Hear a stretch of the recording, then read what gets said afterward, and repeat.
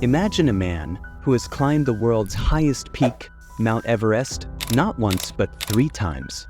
This is Rodrigo Raineri. More than just a mountaineer, he was a thrill seeker and a legend in the world of extreme sports. He was known for his combined skill, daring nature, and passion for insatiable adventure. But on July 4, 2024, during what should have been another impressive flight, Rodrigo's passion for paragliding ended tragically in between Pakistan's snowy mountains. In this video, we'll look at the final moments of Rodrigo Raineri's last flight, before focusing on the unexpected events that turned this competent adventurer's routine mission into a tragedy. We'd like you to subscribe to Epic Tragedies to get more interesting stories. Rodrigo's early life. Rodrigo Chaddad Raineri, a Brazilian paragliding icon and successful businessman, spent his life in pursuit of the ultimate thrill flying. Raineri was born in Ipatinga, Brazil, on May 9, 1969. Rodrigo grew up with a passion for adventure and the outdoors. Raineri started climbing at 19. He had extensive experience in rock climbing, ice climbing, and high mountain ascents. He was the first Brazilian to summit Mount Everest 3 times, and would make 6 expeditions to the Everest. He led 11 expeditions to Aconcagua, reaching the summit 6 times. With Vitor Negretti, this is the only Brazilian pair who successfully climbed up the south face of Aconcagua with a temperature of -30 degrees Celsius. In 2009, he began paragliding at the age of 25 and quickly became one of the most respected athletes of this sport, known for his fearlessness and skill. Rodrigo Raineri's planning for paragliding. In the early hours of July 4, 2024, the sun shone brightly. Rodrigo Raineri was ready for what would be a fateful paragliding adventure. The weather was perfect, blue skies, mild wind. The mountains looked spectacular, but Rodrigo's mind was solely focused on the adventure ahead.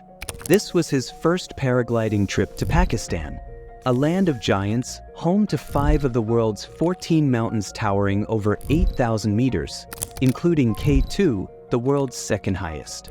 He was there as part of a small group of paraglider pilots who had paid well-known French adventure pilot Antoine Girard to organize logistics, permits to fly, and ground support for them.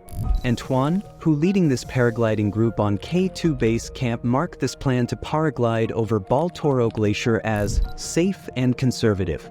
In a WhatsApp message sent from Concordia, which is on the way to K2 base camp, Antoine explained, "The weather was good on July, for all the members decided to fly.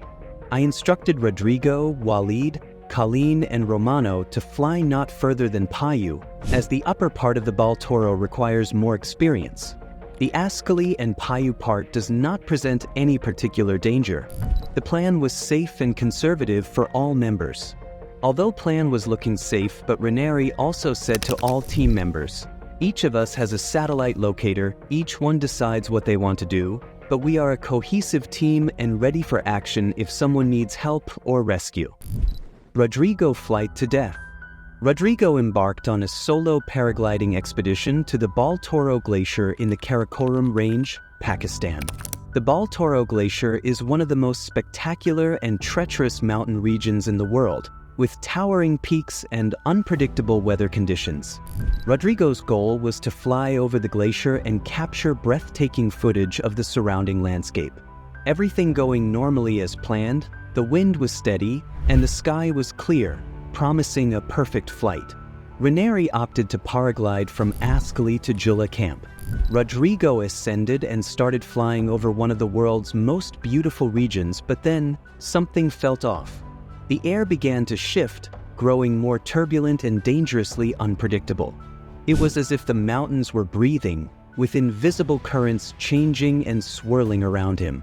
The once calm sky had become a chaotic whirlpool of air currents. This makes Rodrigo to swirl in the air during the flight, which takes the control of parachute from Rodrigo's hand. Witnesses reported that Rodrigo Raineri's paraglider collapsed shortly after launch, sending him into a terrifying auto-rotation before he plummeted to the ground. Despite his extensive knowledge, Rodrigo struggled to restore control. The The wind seemed to be conspiring against him, driving him closer and closer to the harsh terrain. Rodrigo's mind raced as he fell toward the valley below. He thought about his family, friends, and the numerous adventures he'd had in the mountains. But most of all, he recalled the first time he felt the excitement of paragliding, the freedom and excitement of flying through the sky like a bird. He fought hard to regain control of his glider, but the wind was too strong. The mountains mocked him as he tumbled to the valley floor. After a few minutes, his parachute exploded and he crashed into a rock due to high speed, which caused his death. A local police spokesman, Mohammed Nazir, told AFP that when he started paragliding, his parachute burst and he fell.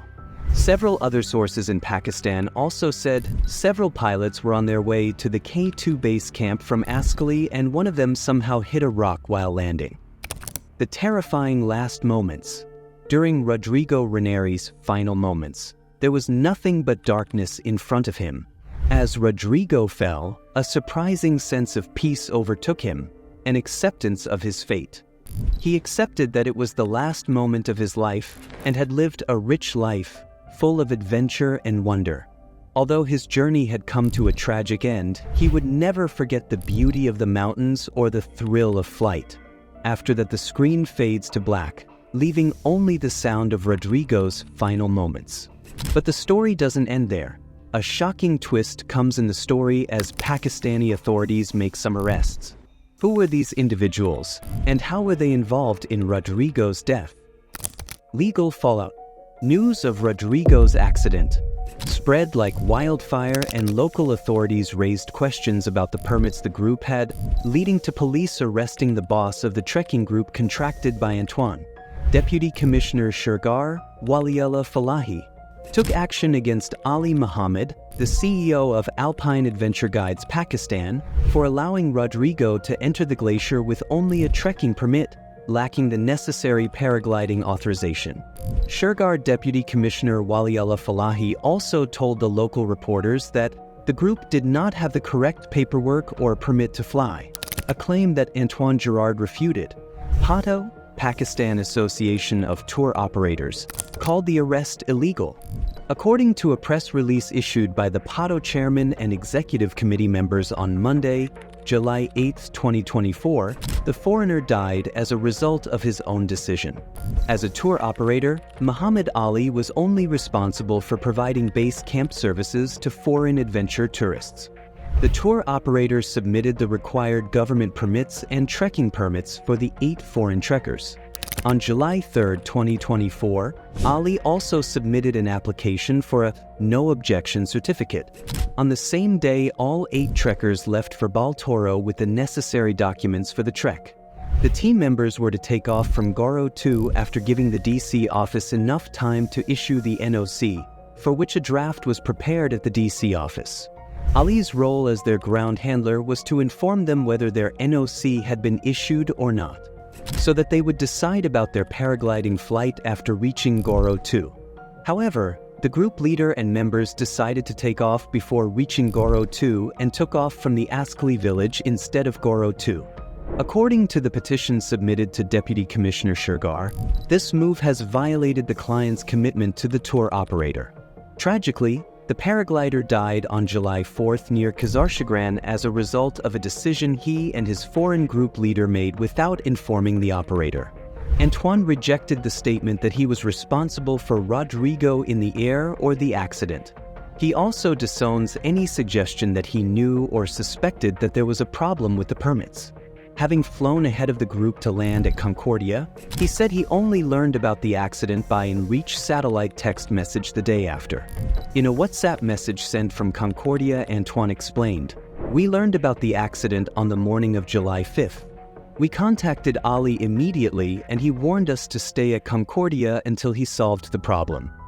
He said they only learned of the confusion over the flying permits on July 7.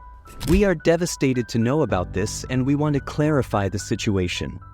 In a WhatsApp call from Concordia, Antoine said, "We had numerous conversations with the agency about the permits. They said we had permission to fly where we did.